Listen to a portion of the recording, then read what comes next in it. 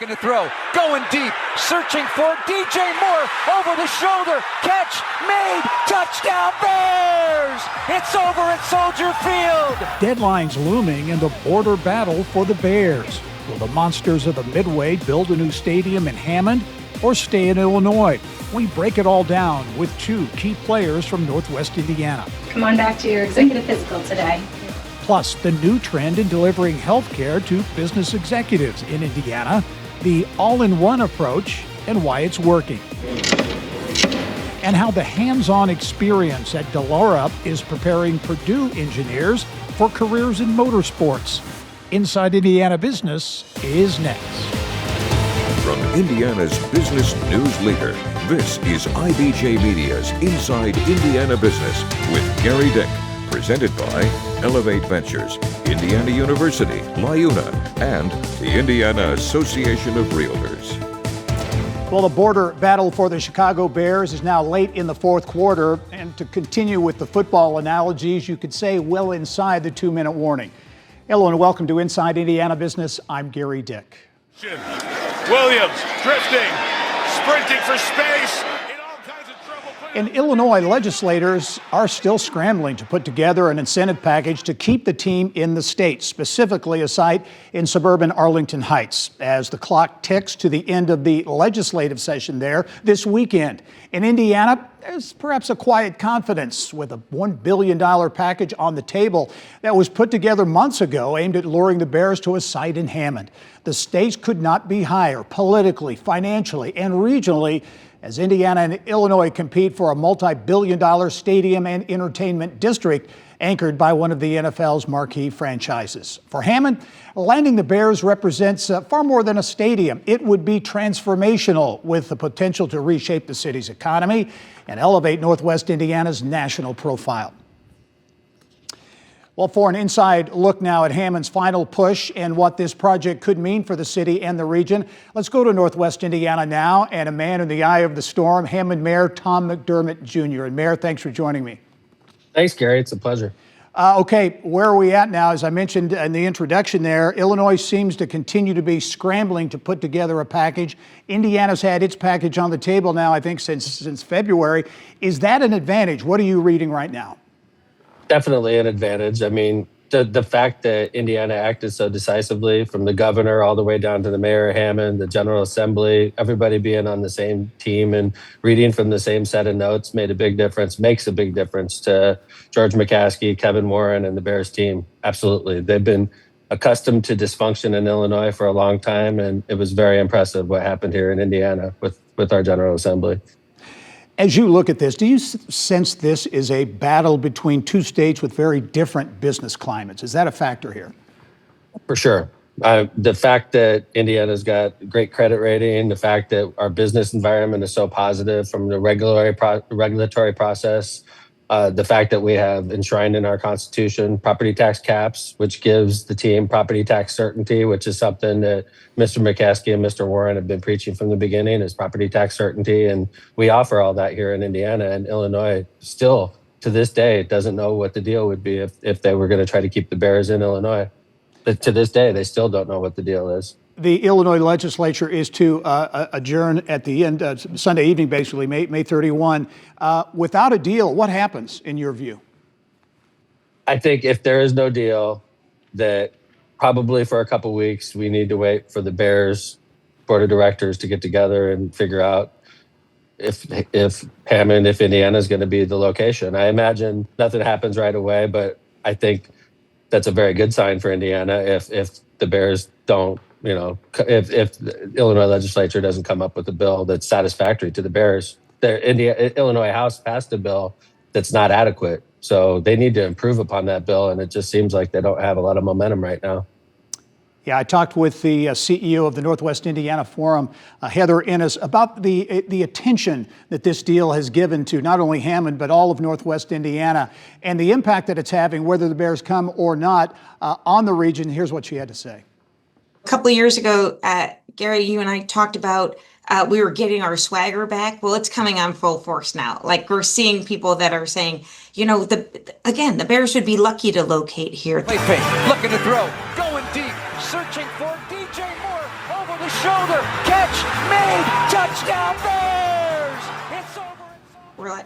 Have been saying things like, "Oh my gosh, I didn't realize Portage was so amazing," and with the waterfront community and what they have to offer, and the city of Gary and the renderings that they put forward really look outstanding, and so it's led a new light on Northwest Indiana.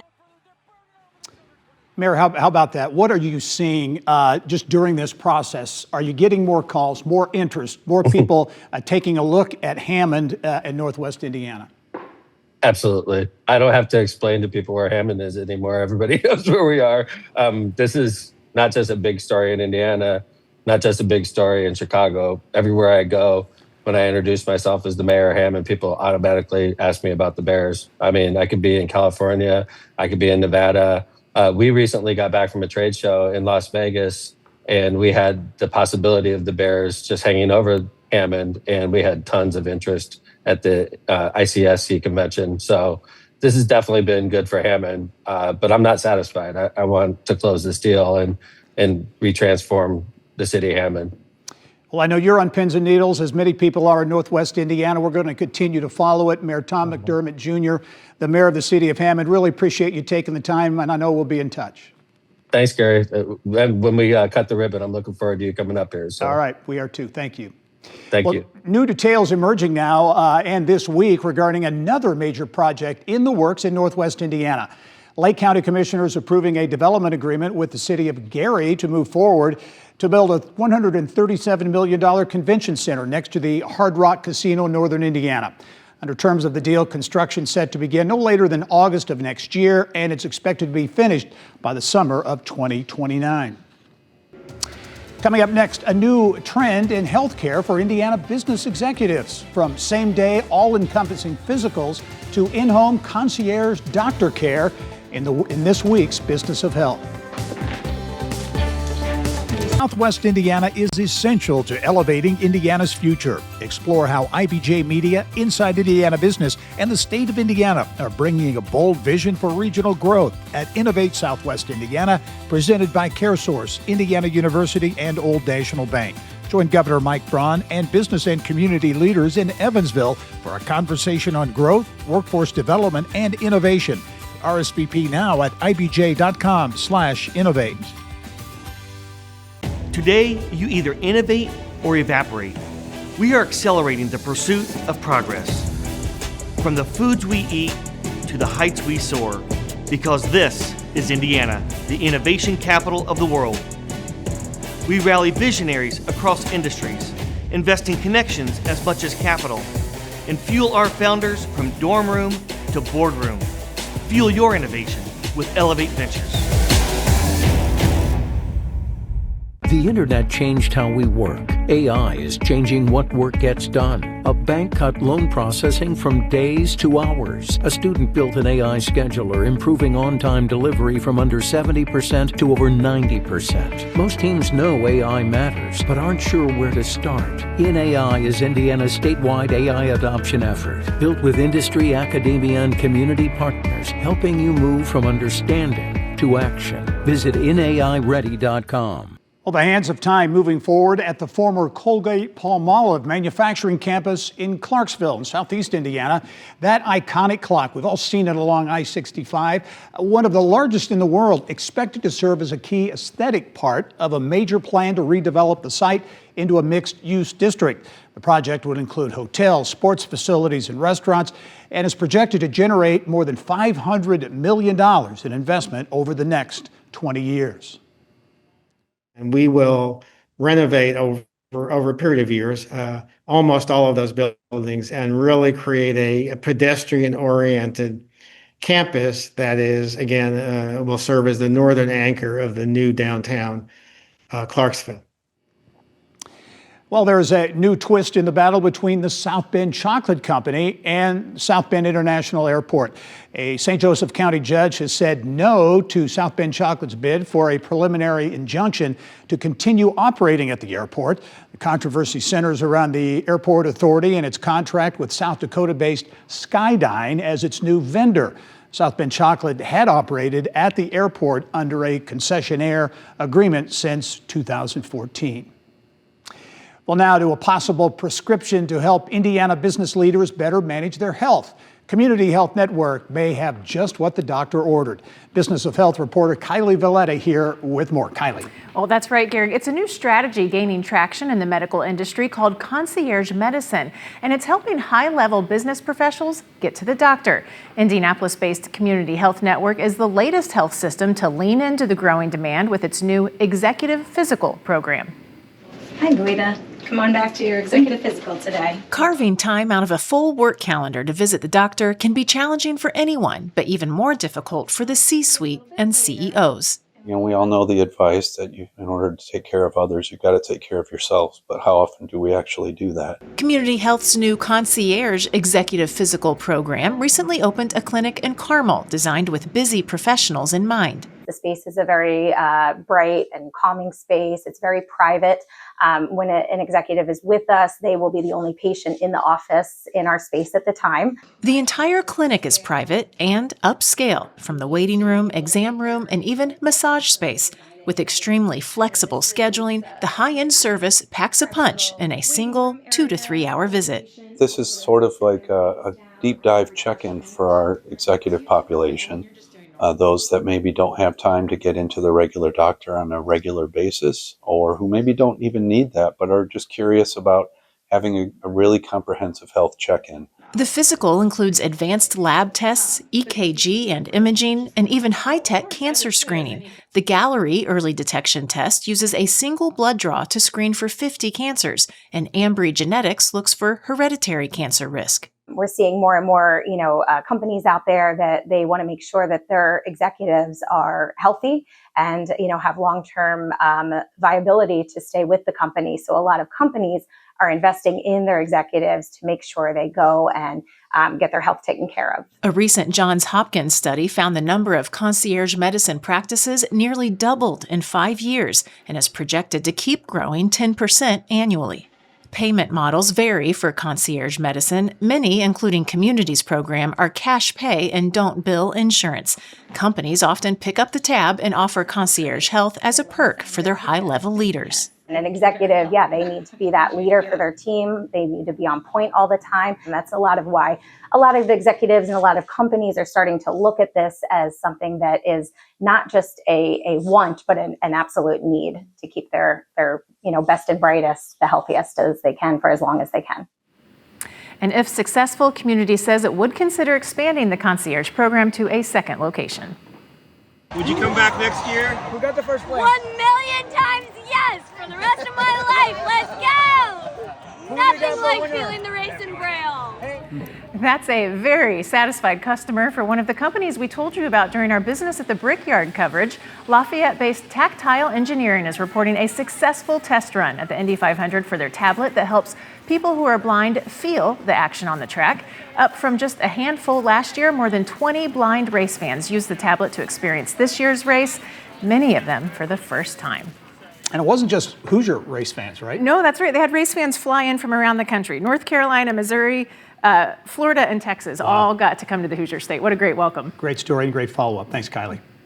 Well, when we come back, how Purdue University's motorsports engineering program is fueling workforce development in the IndyCar series and beyond.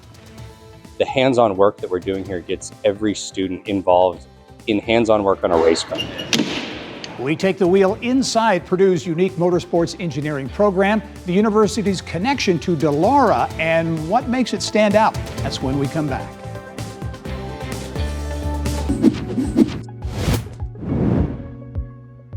Whether you're buying or selling a home, the stakes are high. Realtors are market experts who do business by a higher code of ethics, and we're invested in Indiana because we're also your neighbors.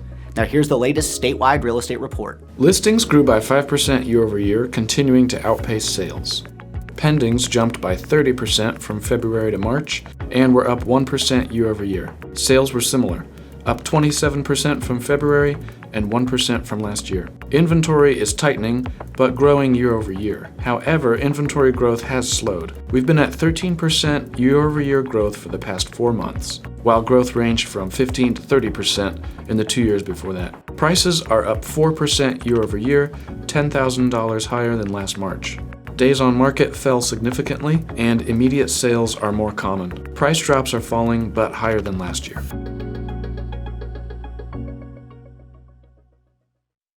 The challenges are real. Type 2 diabetes rising Small faster businesses among need workers. help. Alzheimer's cases rising as population.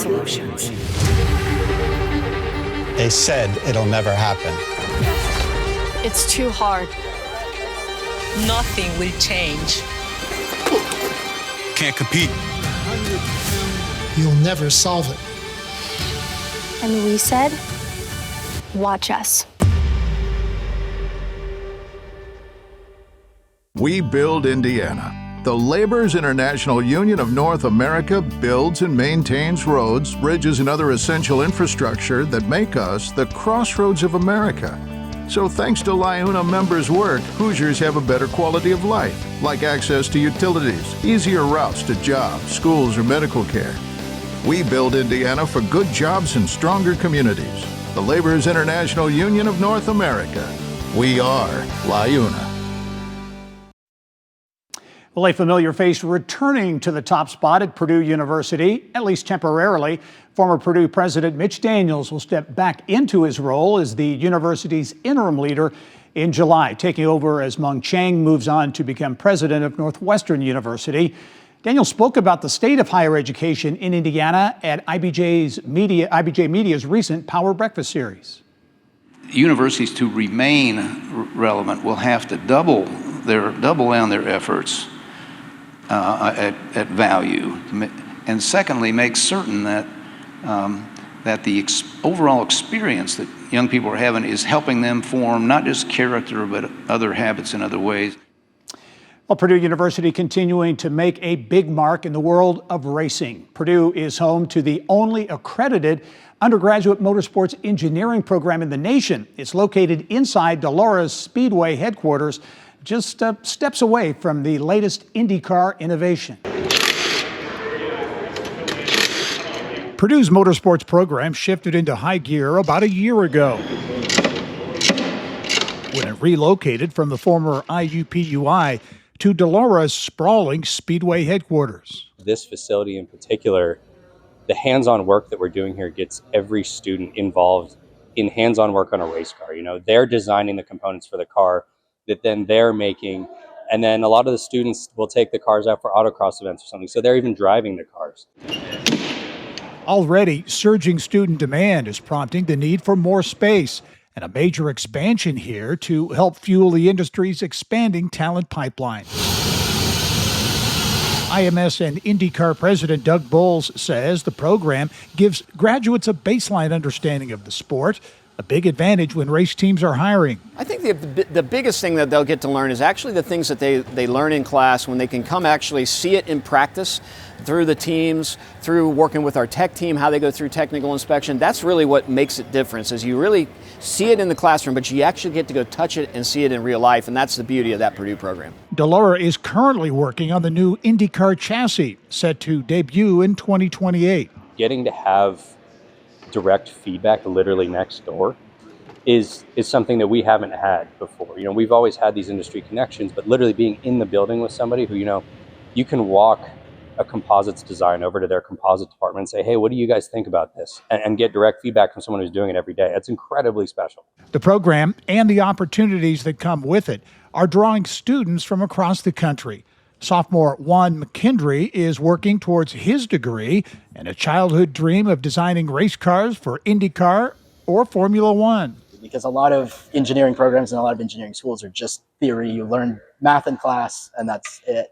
Here I'm doing exactly half project stuff, working on these karts, working on the Mazda, the SAE car, while also doing that theory in class. My freshman year, from day one, I was involved in a project-based class where we worked with Code 19, the autonomous racing team, to build an autonomous go-kart. So they bought us a go-kart, and I was part of the design team for the steering.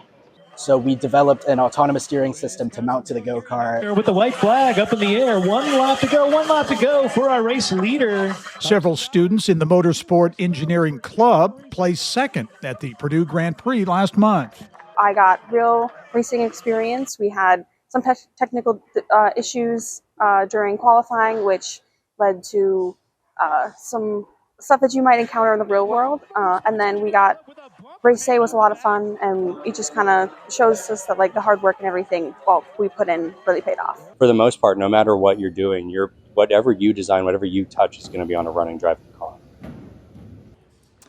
Well, it's hard not to keep watching this epic finish. Unbelievable at last weekend's Indy 500. Felix Rosenqvist overtaking David Malukas in the last seconds of that race to win the 110th running of the Indy 500. Rosenqvist took home a record $4.34 million purse for that win.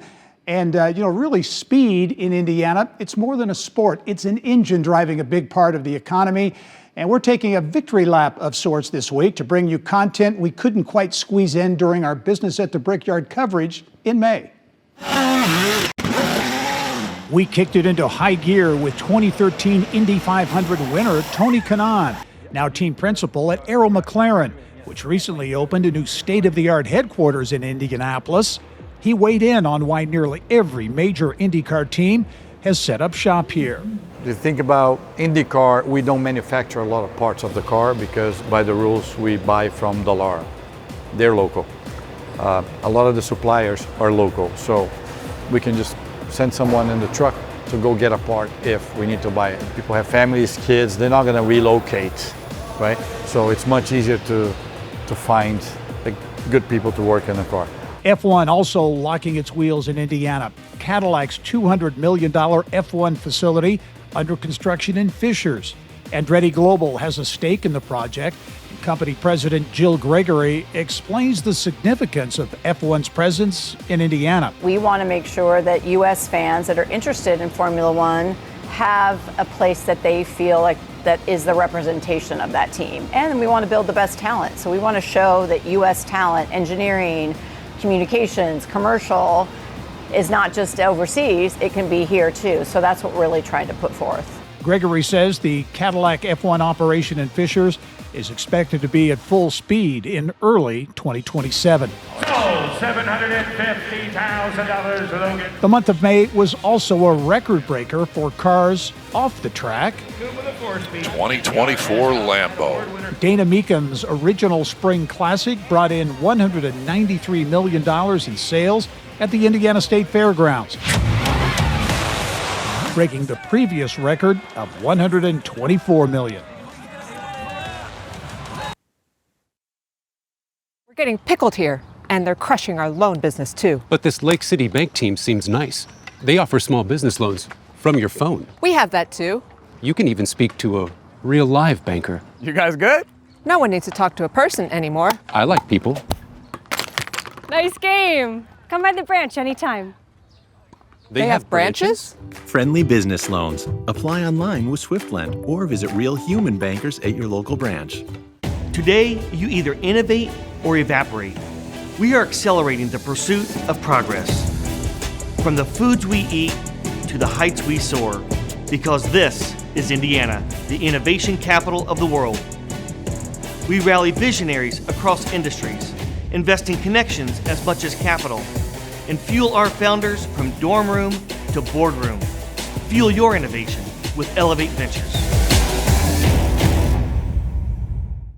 The challenges are real. Type 2 diabetes rising faster among need help. Alzheimer's cases rising as population. Solutions. They said it'll never happen. It's too hard. Nothing will change. Can't compete. You'll never solve it. And we said, watch us.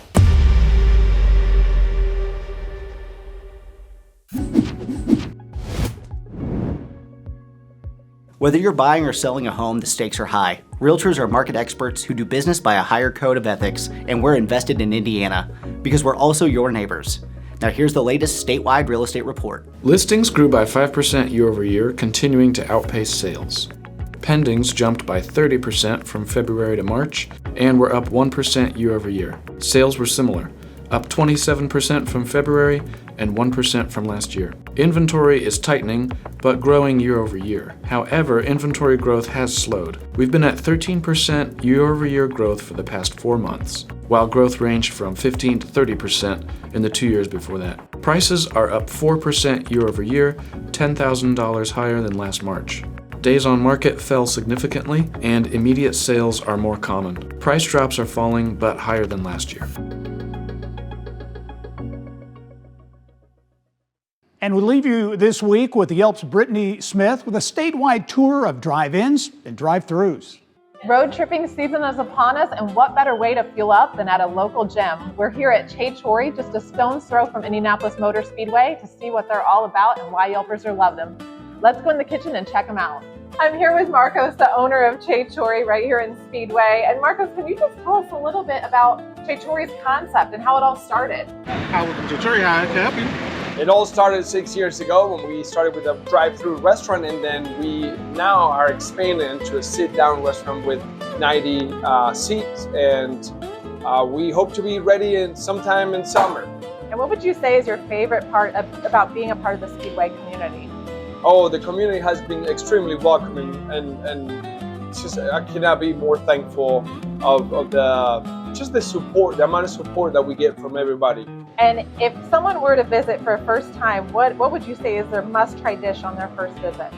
Well, apparently the empanadas. So everybody loves the empanadas, but everything is delicious, and we make it from scratch. So I recommend every single dish. Can you walk us through some of the flavors of the empanadas? I know you have quite a few. Yes, we started with the typical Argentinian beef empanada, chicken, jamon and queso, which is ham and cheese, and then spinach, and then we started to open up to different flavors. We added a Mexican influence in this, like the birria, the pollo rojo, Mexican chorizo. We have Lemon the Dream now. Is an amazing, flavorful, tasty, like sweet empanada and tart at the same time that we love. Yeah, in Argentina we don't have it, but we have it here in Speedway. For those maybe who haven't had a choy pan before, do you mind walking through like what's on it? Like it's toasted bread with the chorizo, the zesty chimichurri. Yeah, basically it's a house-made Argentine chorizo, 100% pork. We don't add any additives. It has Argentinian oregano. We use Argentinian oregano, which is very herbal. It doesn't have the bitter aftertaste that regular oregano has. Then garlic, white wine, like red chili, pepper from Argentina, and a little bit of a blend of white pepper and black pepper because we use a lot of white pepper in Argentina. So it's our own proprietary recipe. But Indiana's crave-worthy drive-in scene doesn't end there. Here are 4 more Yelper favorite spots to check out throughout the state. Dogs and Suds, located in Lafayette, Indiana, known for their Coney dogs and root beer. Jean's Root Beer and Hot Dogs in Anderson, Indiana. The Suds in Greenwood, famous for their car shows, burgers, and thick shakes. And Carlson's Drive-In in Michigan City. Don't miss out trying out their old-fashioned root beer float and cheeseburgers. Whether you're hitting the open road or just visiting the track, these are some great spots to check out in your neck of the woods.